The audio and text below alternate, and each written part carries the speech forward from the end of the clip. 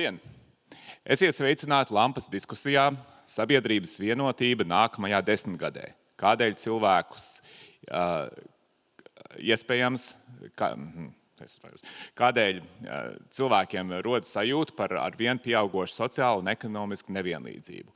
Man sauc Pauls Raudzebs, es esmu žurnālieru komentētājs un es vadīšu šo diskusiju, bet tā kā mums ir pievienojušies divi eksperti, kur nerunā latviski, diskusija notiks angļu valodā, un es tagad pāriešu uz angļu valodu.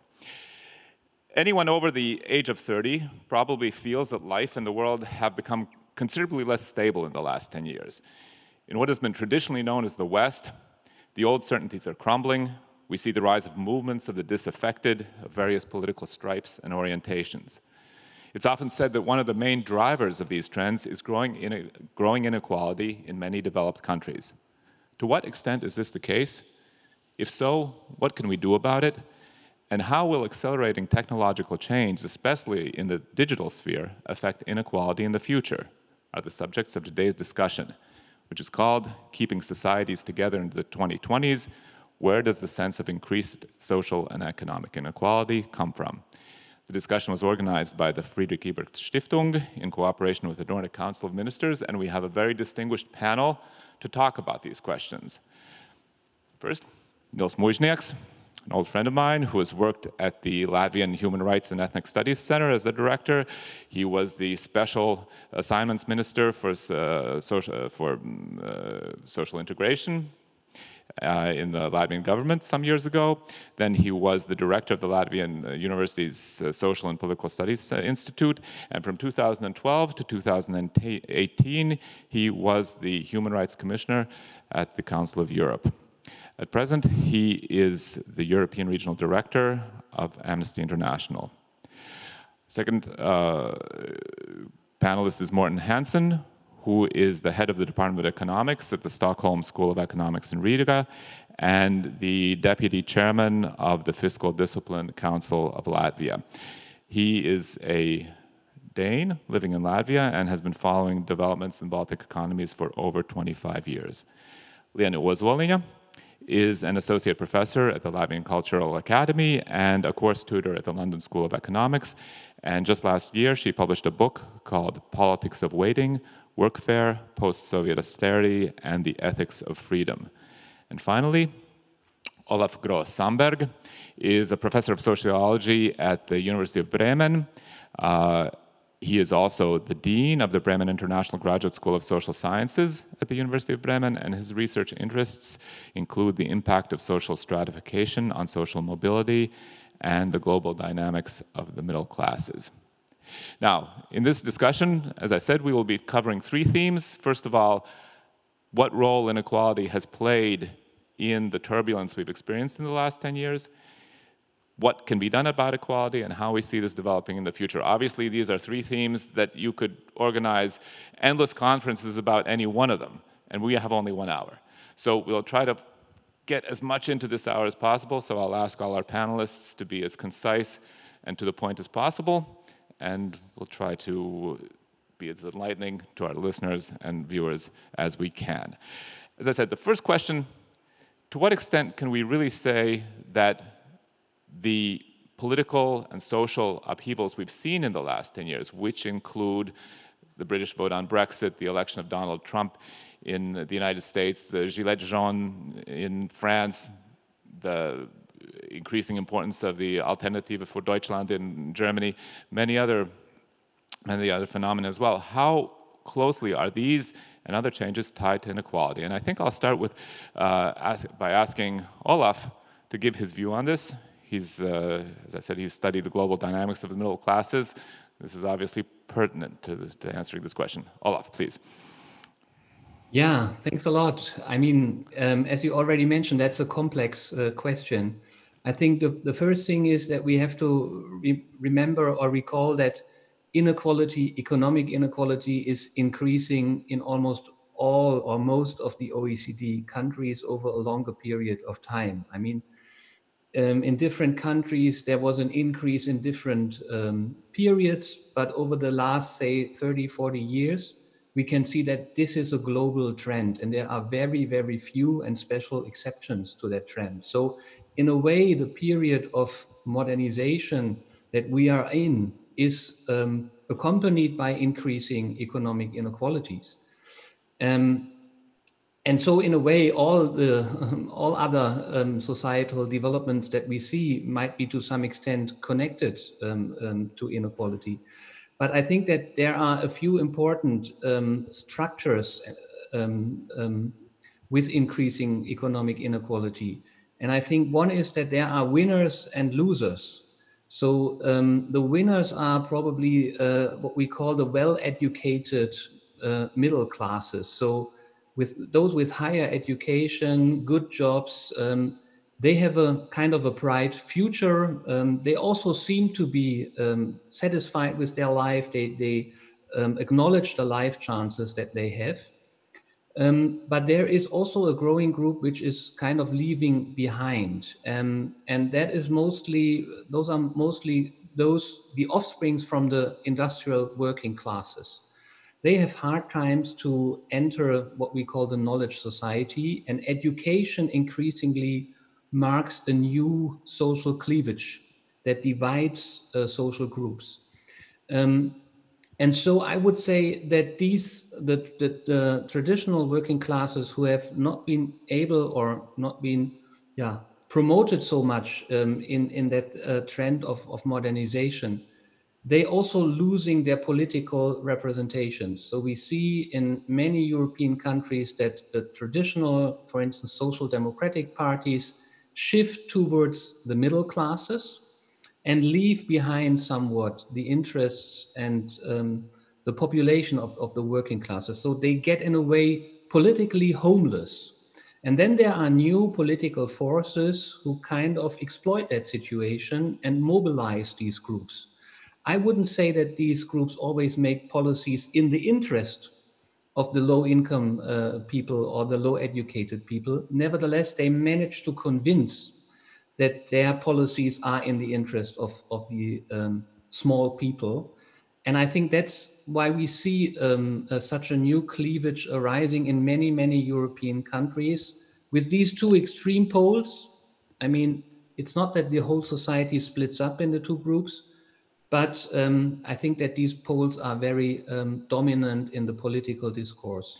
And if I could just have one follow-up question, because obviously one of the flashpoints in the political conflicts we're seeing in these days is the issue of migration and immigration. How do you think that the reluctance to take immigrants or the sort of aggression against immigration, against immigrants, is an epiphenomenon that comes out of inequality, or do you think it's a separate issue? Yeah, well, that's a difficult question again. Of course, there is something genuine about xenophobia and integration of migrants, and in different European countries, they have different immigration or integration policies with different degrees of success.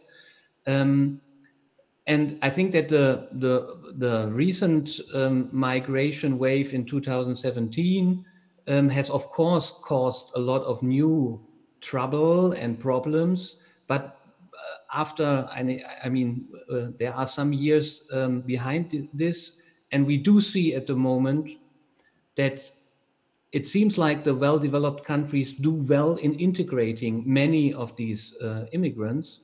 So I wouldn't say that this is that this causes additional severe problems. I think that the rich countries are capable of integrating these immigrants. Mm-hmm. But of course, okay, the political great. discourse is sharp. Okay, so maybe connected, but partly independent as well. Very good. Liene, I had a question for you now. You've studied the impact of the economic policies that have dominated in Latvia over the last 30 years. When Latvia regained independence, the dominant economic and social paradigm what has now come to be called neoliberalism or the Washington Consensus or whatever have you. obviously Latvia was coming from a very different kind of quote-unquote welfare state than Western Europe. How do you see inequality developing in Latvia, and how do you think that's affected our society and politics? Thank you, Paul. I mean, we know from the statistics, that's an established fact that just like Olaf said about the global inequality, as well in Latvia, inequality has been growing and is high. So that's a fact. And a basic sociological premise is that a society doesn't just hold together somehow naturally on its own. It needs to be held together. What are the processes of social solidarity? What are the sources of solidarity? And so what we're seeing both globally, your initial question, and in Latvia as well, is that these sources of solidarity have been sort of depleting well, an important source of solidarity being the state itself. The role of the state has been significantly changing and being reconfigured over the past several decades. Again, globally, since the 70s, and thank you already for putting that N-word out there, neoliberalism. We have to talk about it because indeed, since the 70s globally, right, we've seen the sort of neoliberal globalization and the retreat of the state and reconfigured role of the state, and same in Latvia. And so I think what is important, it's not just that it's a sort of, that there's this statistical fact about high inequality and over decades growing inequalities, but also at the same time, sort of loss of this unifying energy of the state, how some sociologists have called it, or the weakening of the state as a source of social solidarity in the face of societal inequalities. Because some inequality is normal, is natural, is always existent. But the question is, what do we do, and more precisely, what do states do to manage inequalities, to try to reduce inequalities in society, to try to increase social solidarity? And so specifically in Latvia, I think we've kind of quite gotten this balance quite wrong. On the one hand, freedom, right, which we've been, that's been, you know, the controlling narrative, so to speak, in Latvia. We've regained freedom, we need to live in freedom, we are all free individuals, free, responsible individuals. On the other hand, how does the society stick together, right? So how do we belong together? How do we stay together? And inequality is driving us apart. So, in Latvia, we're seeing, I think, on the one hand, this sort of splitting of society, and you know, the high immigration rates is a symptom of that. And the only sort of glue that we've been using is the ideology of nationalism. And so we have neoliberalism and nationalism as the two kind of controlling ideologies, narratives of our time. Again, I think globally and in Latvia right now, and it's not working all that well for us, is it? I'll be interested to hear what Morten, as the economist, says about that. But Neil, you look at this through the human rights prism. To what extent, and I think this is a big debate, obviously, or I don't know, maybe not in the human rights community, but it's a theoretical issue, to what extent human rights are applicable to these questions of inequality, specifically to economic inequality, and how has this, maybe you could talk a little bit about how these perceptions have changed, perhaps, over the last years. Yes, thanks. It is a human rights issue, but it's quite difficult to tackle satisfactorily through a human rights lens. Until now, there have been two primary approaches to dealing with inequality in the human rights world. One is through the prism of economic, social, and cultural rights, which were neglected by many human rights practitioners, seen as being weaker, not enforced by international institutions, primarily in Europe and North America. In many other places, they're considered to be much more important. But their legitimacy has grown over the last 10 years, especially after the financial crash. And human rights people are actively saying, we have to talk about these issues because they affect everybody. We can't just talk about vulnerable groups. We have to talk about everybody who's poor and so on. The other prism is a prism of discrimination. The problem is that you can ensure an adequate standard of living for everybody, the right to health, housing, and so on, and still have enormous inequality. It just means the very bottom is not as far down as they were before. They're slightly in a slightly better position, but inequality still persists. Discrimination, on the other hand, kind of goes hand in hand with inequality. But even if you eliminate discrimination, you can still have huge amounts of inequality. So human rights people are struggling with this now. And within Amnesty International, the movement I recently joined, there's a big discussion. To what extent should human rights people be talking about tax policy? To what extent should human rights people be talking about budgets?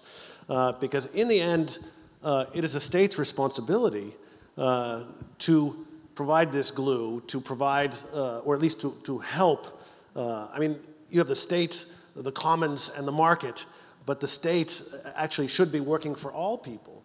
So in other words, if it's leaving people behind, then it's not working for all people. And this is why the Sustainable Development Goals, which is now the big prism through which people are looking at both development and human rights, the slogan, "Leave no one behind," invites looking at inequality and discrimination.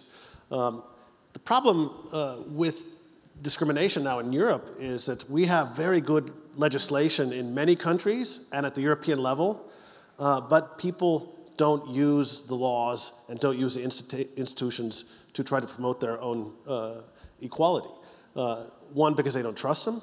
Two, because they don't know about them. Three, because they don't have the resources and don't think anything's going to change anyway. So this is a problem, is that laws and institutions aren't enough.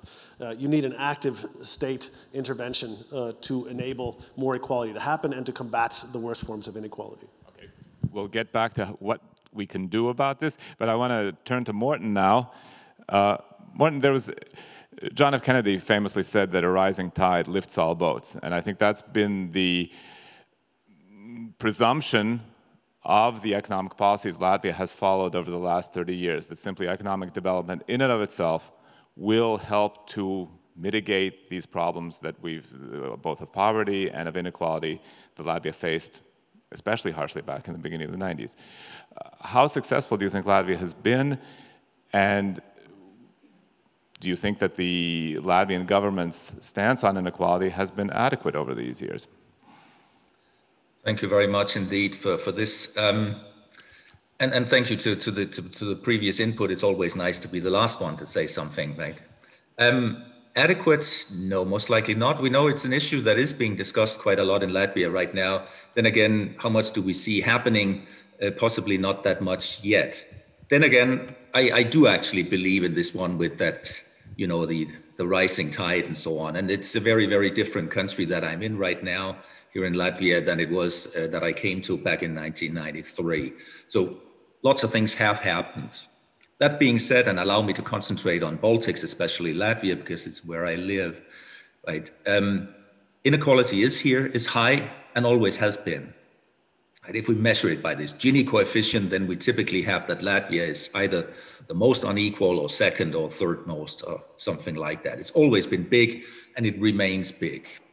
We also have other unpleasant statistics like this here materially deprived households. It's about a quarter of households here that are severely materially deprived. That means that they have, let's say, problems paying their bills on time. They cannot easily take a vacation. It must be sort of a stressful life. That being said, I think also inequality here to some extent looks different than it does in many parts of especially Western Europe. And allow me two examples of it. One where it's different, that is somewhat different, that's between young and the young versus the older. In many parts of the West, a little bit older generations, they have been into the housing market for a long time, and they're sort of seeing the value of their houses go up a lot, and they perhaps been in the stock market, been taking good advantage of that, also in the past 10 years after the financial crisis and so on. And I think we all know that if you are a young person trying to, let's say, get into the housing market in London or in Paris or in Stockholm, then, well, forget about it. I think it looks different here, right? We don't have such big bubbles right now, at least not for the past 12 years in our housing markets. And I also think that the young generations here are having, on average, better options, than perhaps they do in many of the Western countries. Then there is this place where it's definitely the same as elsewhere in Europe, and that is between the capital city and the countryside, and perhaps it's even more pronounced here, right? We know that in almost all places, the capital city is by far the richest.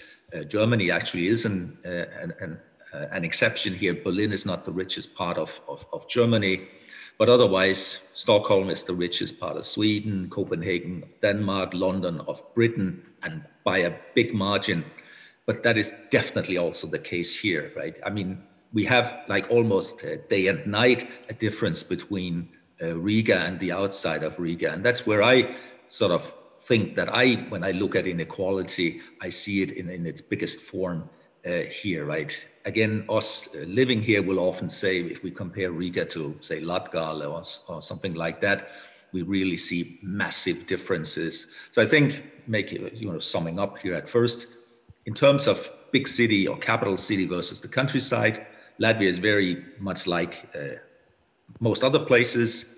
But in terms of young versus old, I would say here it's many of the older people that are disadvantaged and not so much the younger. And going forward, I think the young will be even less disadvantaged.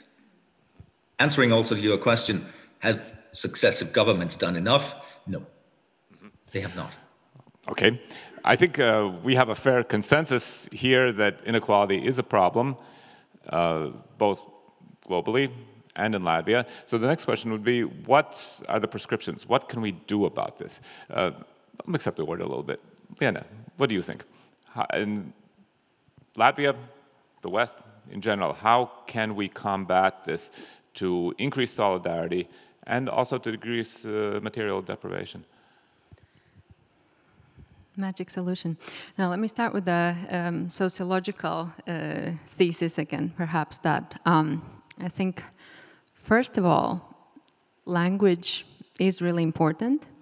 I think a major issue in Latvia particularly since the 90s has been the lack of language. Not that we lack the words, but we lack the discourse. We lack a sort of established way of speaking critically about inequality, about solidarity, about the role of the state.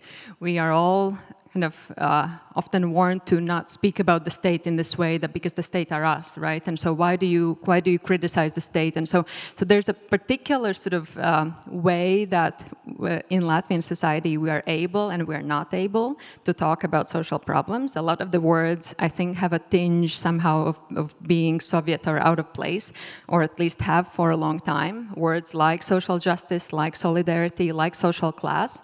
You can speak as a sociologist about social class as the most kind of ordinary thing. I think when you translate it into Latvian, it sounds like you're somehow speaking back from the Soviet times, and you sound out of place.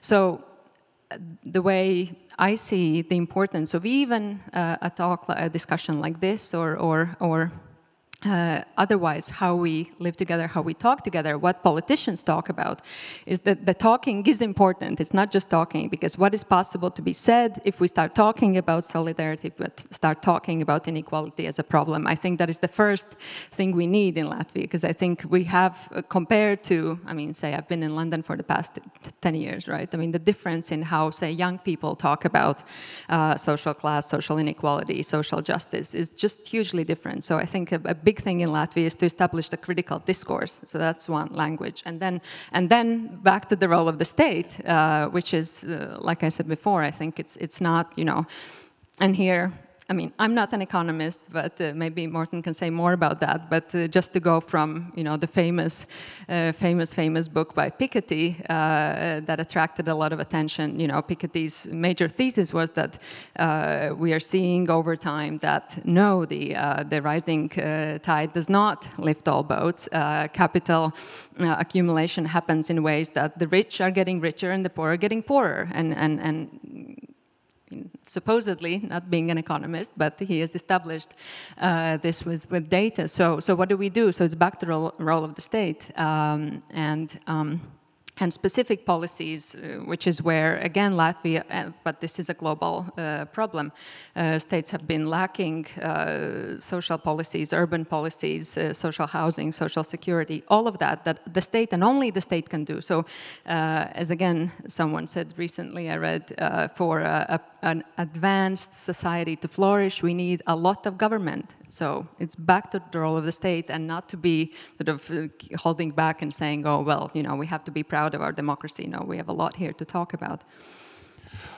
Actually, I'm going to, okay, so first of all, we have to name the problem, which is obviously very important. The second thing is we have to mobilize the resources of the state to diminish this. Now, I'm going to go over to Nils here, because I mean, one of the, again, looking at this through a human rights prism, human rights, at least initially, was often defined as protecting the individual from an overbearing state.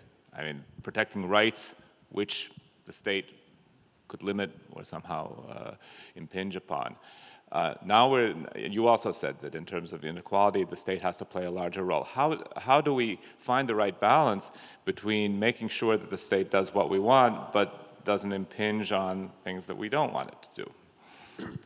Well, human rights implicates both positive and negative obligations. Negative obligations that don't interfere in my private space, don't interfere with my freedom to speak, don't interfere, so on and so forth, but also positive obligations. The state has an obligation to take the necessary steps so that rights can be realized, including social and economic rights.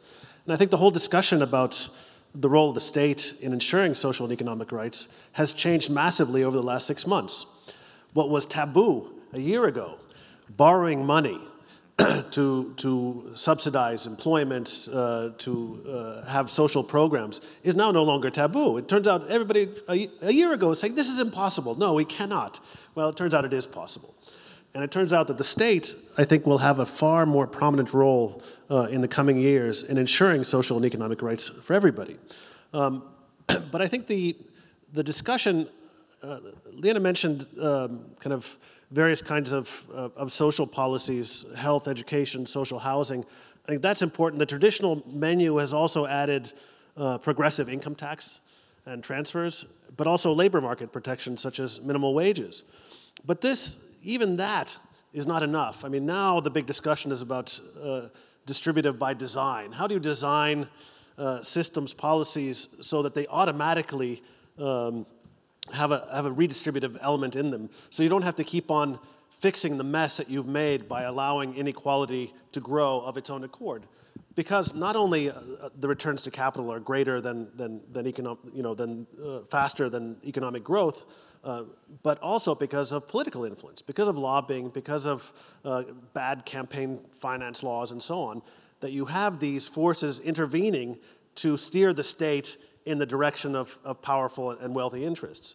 But isn't that always the case? I mean, that the state responds to pressure, right?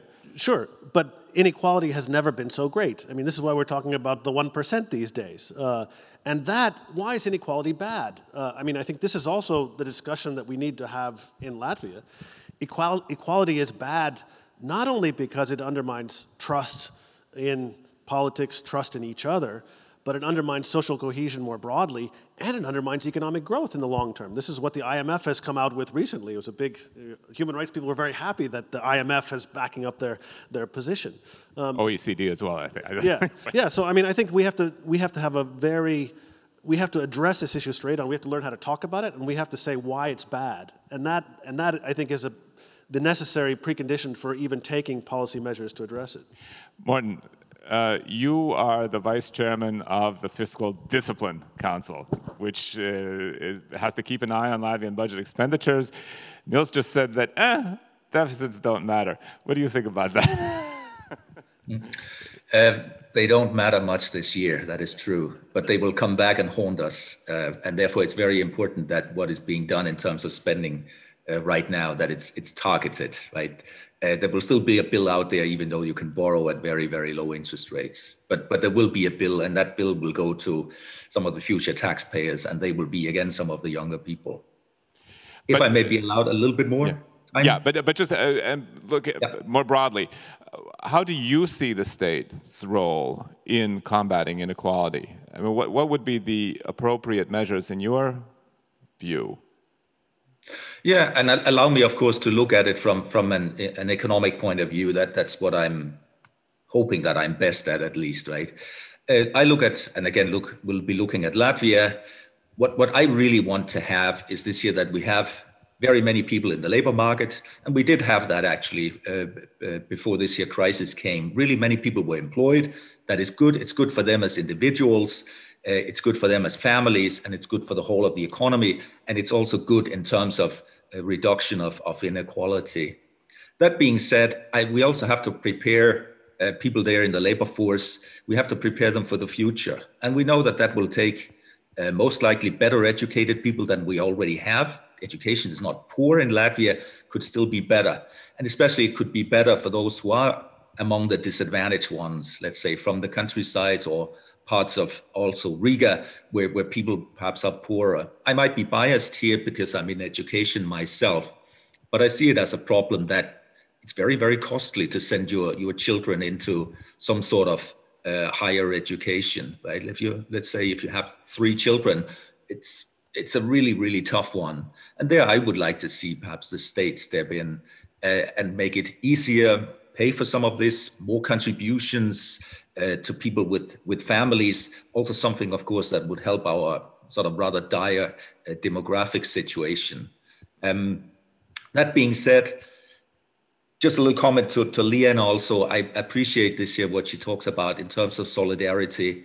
And I also see it lacking in some form. I am this year Dane, I'm from the Nordic countries and other Nordics, they often ask me, but why are the Latvians not like us in the Nordics, whatever that exactly means. But I think the whole idea of, paying high taxes here, we know that is just not something we have been able to convince people to do so far. And therefore we at the Fiscal Council, again, we are in trouble because we have problems in the long run accepting bigger spending when it doesn't come hand in hand with taxation. So there has to be some sort of convincing of people that it does make sense to pay taxes, that it's also good for you. And that's an uphill struggle. I've seen that for 25 years. Olaf, looking at this a little more globally, there's been something of a debate about the causes of inequality in the West between the people who say it's government policy, anti-union legislation, reductions in marginal tax or higher marginal tax rates, other steps that were taken during the Reagan-Thatcher revolution and continued after that. Others see globalization as the cause. Free trade has destroyed middle-class jobs in industry, exported them to China and other places. First of all, what's your take on this? And if either of those explanations holds good, should we be looking at, for instance, some kind of limits on trade with places like Bangladesh? Sorry, I didn't get the last point. Should we be looking to roll back this globalization, the trade, for instance, with low-income countries, or now we're seeing the idea of a carbon tax, which is indirectly perhaps related to this kind of limits on trade with countries that have lower standards and cheaper production costs? Yeah, no, I think that there is an essential contradiction in a way in capitalist economies and societies. The contradiction is that on the one hand, capitalist societies rely on the idea and a culture of self-responsibility and the idea that you are that everything belongs to your efforts. It's on to your efforts whether you are successful in life or not. But as we know, to some extent, this might be true in some circumstances when there is a fair, so to speak, leveling playing ground. When the starting positions are equal, then that might be a fairly good description of the game. But if there are unequal starting positions, then the game will not end up in a fair way. It will reproduce inequalities that are there in the beginning of the game. So there is a need of redistribution that is inherently built into capitalist societies in a way. And that's why there is a strong welfare state tradition. And in the Nordic countries, it's particularly strong, this tradition. Now, I think that the classical idea of redistribution was coined or shaped in a period where there was a strong industrial workforce.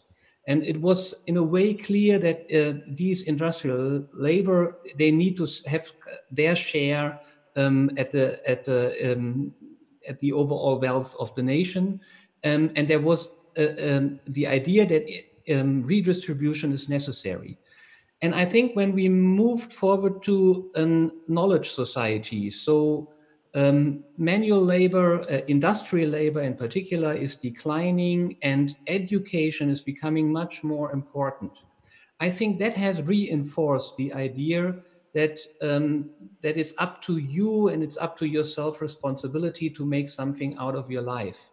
But we do know that education is not providing equal chances to everyone. There are very strong educational inequalities. So in a way, there is a need for realizing that there is a new need for redistribution in a different way that we know it from the industrial society. So we need to have a strong economic redistribution to the poorer households, and also what we call compensational educational policies. So educational policies have to be directed and targeted to those who really need it. Because if you have an expensive educational policy, if you just say we increase the number of high school graduates, we increase the number of university enrollment, then the high educated groups will benefit from these policies the most. They will not lead to educational equality. They will reproduce the inequalities which are inbuilt. So I think the necessity of educational, so to speak, and kind of educational redistribution is not yet really established. And I think that the transitional countries like the Baltic countries have a double problem, a double burden, because they have the communist past. So what Morten just said, there is this reluctance against the state and strong taxes. But I think that there is a need to have a strong economic redistribution and also a strong educational redistribution. And how do you, and just to pick your brain on this, how do you see this economic redistribution working? Do you see it mainly through tax policies, through support payments? What do you think is the most effective way of doing that? Well, I think that this has to be a mixture of policies. Taxes are very important, of course, but also minimum wage policies are very effective. I mean, in Germany, we still have a strong a union tradition, which is steeply declining. So we introduced minimum wage policies in Germany just recently because of the declining coverage of unions. And it seems like it provides an additional important pillar of social policies. Of course, labor market policies are very relevant as well. So I think it has to be a mixture. So the pre-market, so to speak, inequalities have to be tackled with minimum wage and labor market policies. And we also then need to have a post-redistributive tax policy. Liene, I wanted to follow up on this specifically in the Latvian case, because we've come to a point in Latvian tax policy where the various kind of steps that the government has taken to decrease taxes for low-income wage earners have reached a point where actually it's very difficult to help them, or especially people who don't have income at all, because tax policy doesn't help them. At the same time, there's a great deal of resistance to direct payments, because very often people say, and I hear this on, from people I talk to, oh, that's just going to go to all these drunks or whoever who don't deserve it. You've studied this issue. how do you see these attitudes in Latvian society, and how do you think they can be changed? I mean, I think it is a problem that we have very much come to accept that one's value, worth as an individual somehow equates one's economic value or worth. So whatever your economic productivity is in society, that sort of determines whether you're someone worthy.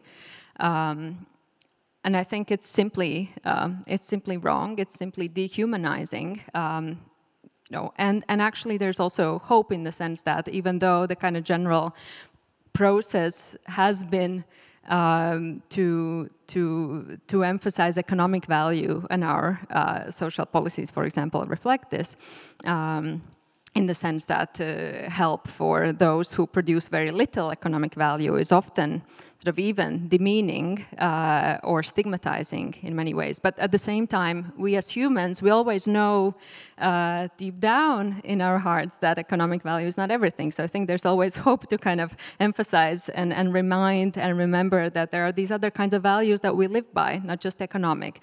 But I think it's true that the kind of the consensus has become that somehow if you're someone who has very little, then that's somehow your own fault, right? So here we have this sort of the individualist ideology again. I mean, I think it's very important. For example, very simply in Latvian case, the guaranteed minimum income is absolutely laughable, right? What the amount of that is. It helps no one to actually have a dignified life. You know, to speaking about inequalities, some of the inequalities are simply natural. Not everyone is as energetic, capable, bright, then there are educational inequalities, why someone ends up being a drunk rather than sitting here and talking about these issues, right? And what do we say? Do we just say, well, look, it's your own fault, and here are your 10, 20, 30 euros, and, continue your existence? I mean, I think we just don't want to live in that kind of sort of dehumanizing society. So I think it's exactly the role of social policies to rehumanize, to not stigmatize people who don't have much as simply being passive, being lazy, being drunks, and rehumanizing. But you were talking before about the need to sort of reframe these issues, and of course that has to take place in the context of Latvian history, Latvian culture, the social structures of this country. What do you see are the points that you could use in the existing social structure to cultivate this kind of thinking and allow people to see that, yes, we have a certain responsibility for the other people living in this country? Well, here's an opportunity for social movements, for organizations like FES, like others, political parties, young people seeing these things differently, being much more attuned to sort of European social movements, the momentum and whatnot in the UK, right? I know there are those kinds of bridges and dissemination and sharing of ideas. So, I mean, this is, in any society, this is a matter. The one level, yes, the state and social policies. At another level, it's a matter of social movements and people who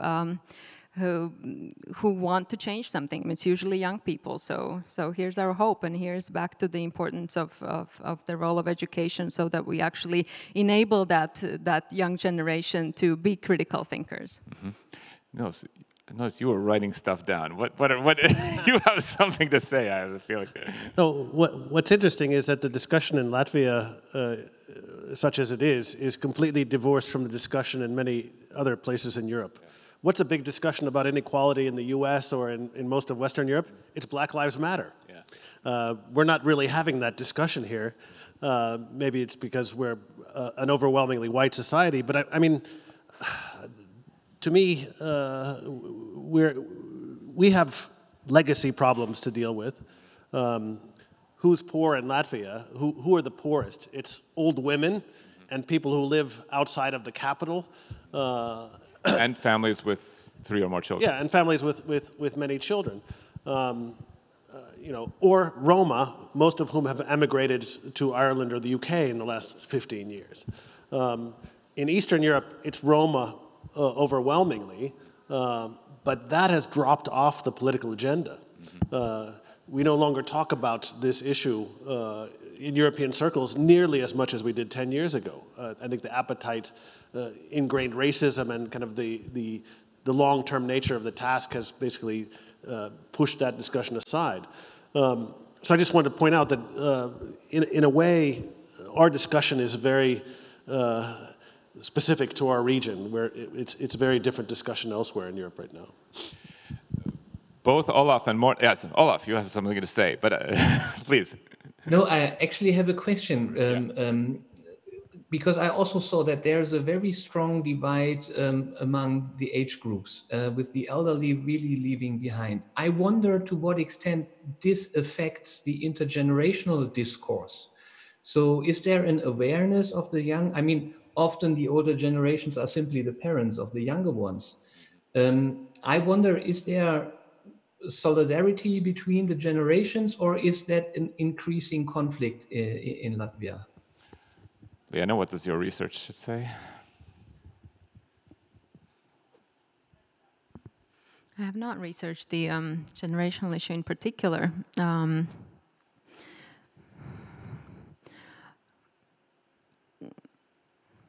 me just gather my thoughts. I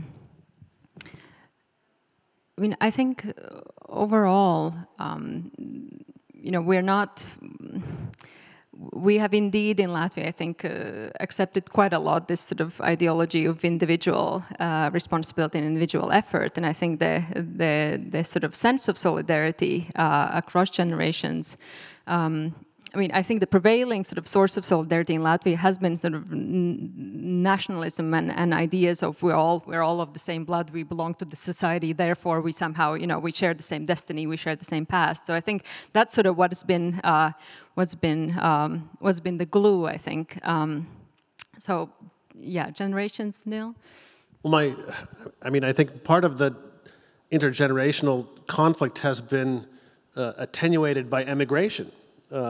We've seen massive emigration of you know, people in their working age years, and I think that has let off some of the steam. It has, of course, made Latvia's economic trajectory quite worrying because we have so few people. But that would be my answer why this issue hasn't become more prominent in the debate, because so many the people who have stayed, many of them are doing quite well, younger people. But many people have left, and therefore the tension isn't as great as it could be. Morten, you have something to add? Yeah, here, I would like to use my experience of that I've lived in Latvia for many years, but that I'm still a Danish person, right? Because the way in which I see it is that due to very low pensions and so on, in many families, what you do have to, you have to rely on your kids or your grandkids. But it also seems to me, okay, I'm just observing, I don't have hard data for this here, right? But that seems to be the case, that many will say, yeah, of course, we have to take, to some extent, care of our parents or our grandparents. And this is what we did in the West, in the Scandinavian countries, for instance, we did, but that was some, let's say, 40 years ago. Right now, and we should be careful about that model also, right? It's the way in which it is handled is that we ship the old people to old people's homes, and we demand and expect that the state will take care of them. So perhaps I'm sort of seeing Latvia and many other countries here in the East, also in this context, being somewhat behind, if one can call it that, many of the countries in the West.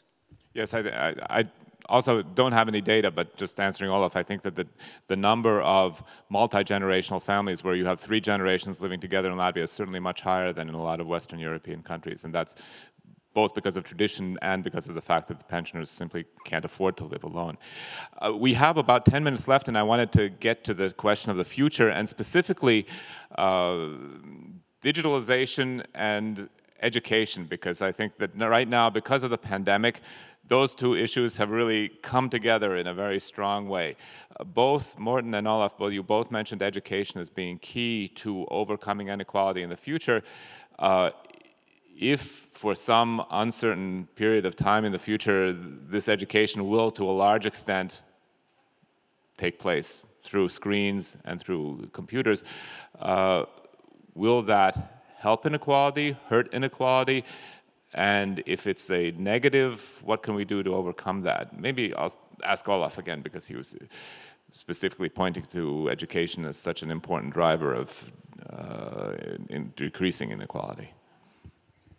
Yeah, and I believe that educational inequality will not diminish in the future if there will be not a massive change in educational policies in the way I described them. So the main idea of educational policy is still an expansive policy, just increase the level of education to everyone, but this will not change the inequalities between the educational groups. I think that is a key point that is relevant. And I think that what is relevant here is that the well-educated middle classes, there needs to be an awareness that they have an advantage, and they have to. It's in the end, it's in their interest.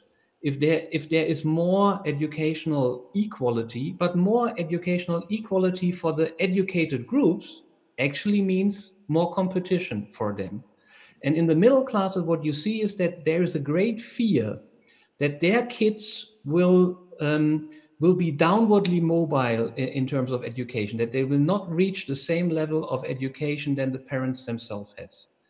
And I think that this fear has to be in a way also addressed and tackled. That's why I think in a way awareness also of social cohesion, of a sense for what is necessary that a society holds together and provides equal chances to everyone. This is really crucial, and I think the middle classes are an important group here, and I think they have to change their minds because they still believe that that their own wealth is justified by their own efforts, and they will pass over their advantages to their kids, and the kids will do well in school, and then inequalities will reproduce. There need to be a kind of a game changer in a way, or a kind of a stopping rule in this game. And I think that's a crucial point. Morten, the intersection of digitalization and education and how you see that affecting the question of inequality that we're talking about right now. Yeah, I mean, there will be or continue to be some sort of digital divide. This, as I see it, will benefit the younger generations, whereas, old people like myself will fall behind, right? Can't wait for myself to retire, quite frankly. You're not on TikTok, Morten? Don't even mention it. Really? But allow me also, and time is short, so I will say just one more thing at the moment, right? I agree with Olaf. Yes, not everybody will benefit, right? But also one thing we haven't had time to mention, and that is super important, that is the supply side of the economy. If there's somebody who has really gained in the past half year, then it's these big tech companies, and that will be accentuated in the future. It's pretty scary, actually, how monopolizing they are starting to become, but it's mostly a completely different discussion. I will stop there and to allow the others to also have some comments. Nils, Estonia wrote the right to the internet into their constitution as a basic human right. Can this be enforced, and do you see this as really as crucial as the Estonians have said it is? I think it's becoming increasingly crucial for the realization of other rights. So you could say it's almost a gateway right. That in order to access information, to organize, to do so many things that we think are self-explanatory now, you need to have access to the internet. But I'm actually more worried. Digitalization is one thing, but I'm actually more concerned about artificial intelligence and its increasing use in decision-making, which kind of goes hand in hand with digitalization, because there we can see many of the prejudices and kinds of discrimination that take place in real life being transferred into the digital realm, which will only make the situation of the traditionally excluded groups worse. So the more you use technology to make decisions about hiring and firing, about promotion, about school admissions, about policing, the more the traditionally targeted will be hit hard, and that's why we have to look very close at these, at how these algorithms are being created so that we don't reproduce existing inequality and make it even worse. Liene, we have 5 minutes left. What's your view of education as a specific tool to overcome inequality in the Latvian context? Do you see this, and do you see the educational system now as promoting or decreasing inequality at present? Maybe we can just say first, continuing on Nils' point and the discussion on the digitalization, just to agree that, and again, something that among sociologists we've been discussing, right, that we need to remember that technology in itself is not gonna, it's not either good or bad. It's not going to certainly have those kinds of other kinds of effects. It's really, it's a social thing, just like all the other social things we create and we do. So it's exactly about exacerbating the existing kinds of social divisions, social inequalities, just with the help of technology. So I think we should neither be so thrilled and so optimistic about all this Zoom or so depressed about it, because it's basically just what we as social beings do with it, what we bring to it. So it's really, I don't see it as actually necessarily such a massive factor, because we just kind of bring to that reality whatever social relations and inequalities and forms of prejudice and discrimination that we have offline, so to speak. And education, I mean, hey, here I am to work on it.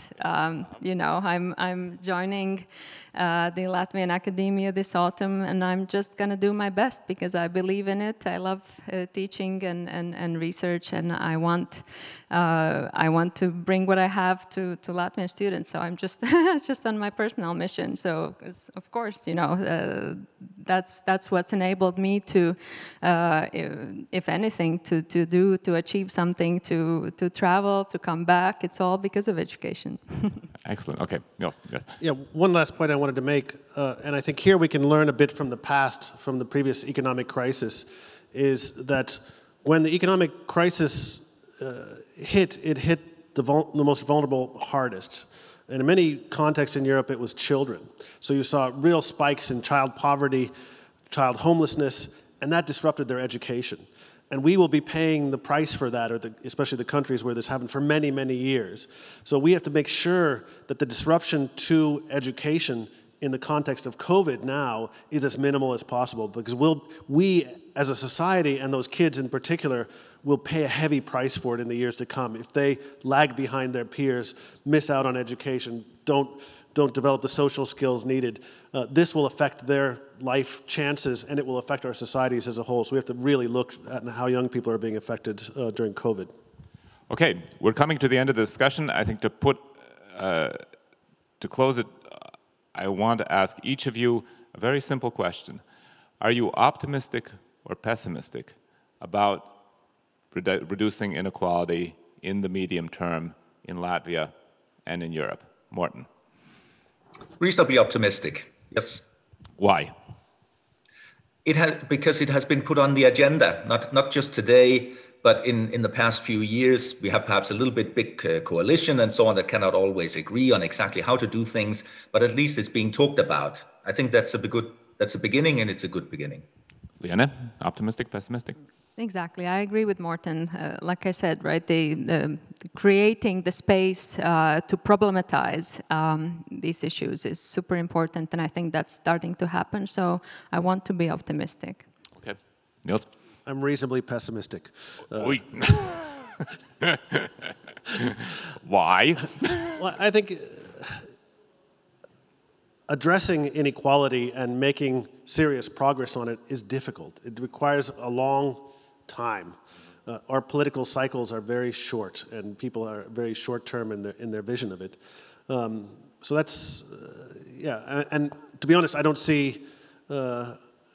I see a little bit the desire to limit, in some way, the behind-the-scenes business influences and campaign finance. I see a little bit of movement there, but not nearly enough to kind of reduce the influence of these lobbies. which through their lobbying and the influence of money will maintain inequality the way it is now. Olaf, optimist, pessimist? Well, I'm pessimistic in theory or as a scientist, but optimistic as a practical person. So I mean, I hope that we can do something about it, but my guess is that it will be very hard because the forces that reproduce inequalities are really strong, and I think it really needs a strong, new mindsetting and rethinking about inequality, and I don't yet see it. Mm-hmm. Yeah, Antonio Gramsci, I think, said that you have to maintain pessimism of the mind, but optimism of the will, and I understand that's your position as well. Very good. Thank you, Olaf, for joining us from Bremen. Thank you, Morten, for joining us from your self-imposed isolation here in Riga after returning from Denmark. Thank you, Liene. Thank you, Nils. Thank you to the Friedrich Ebert Stiftung and to the Nordic Council of Ministers. With that, we conclude our discussion. Thank you for everybody who joined us.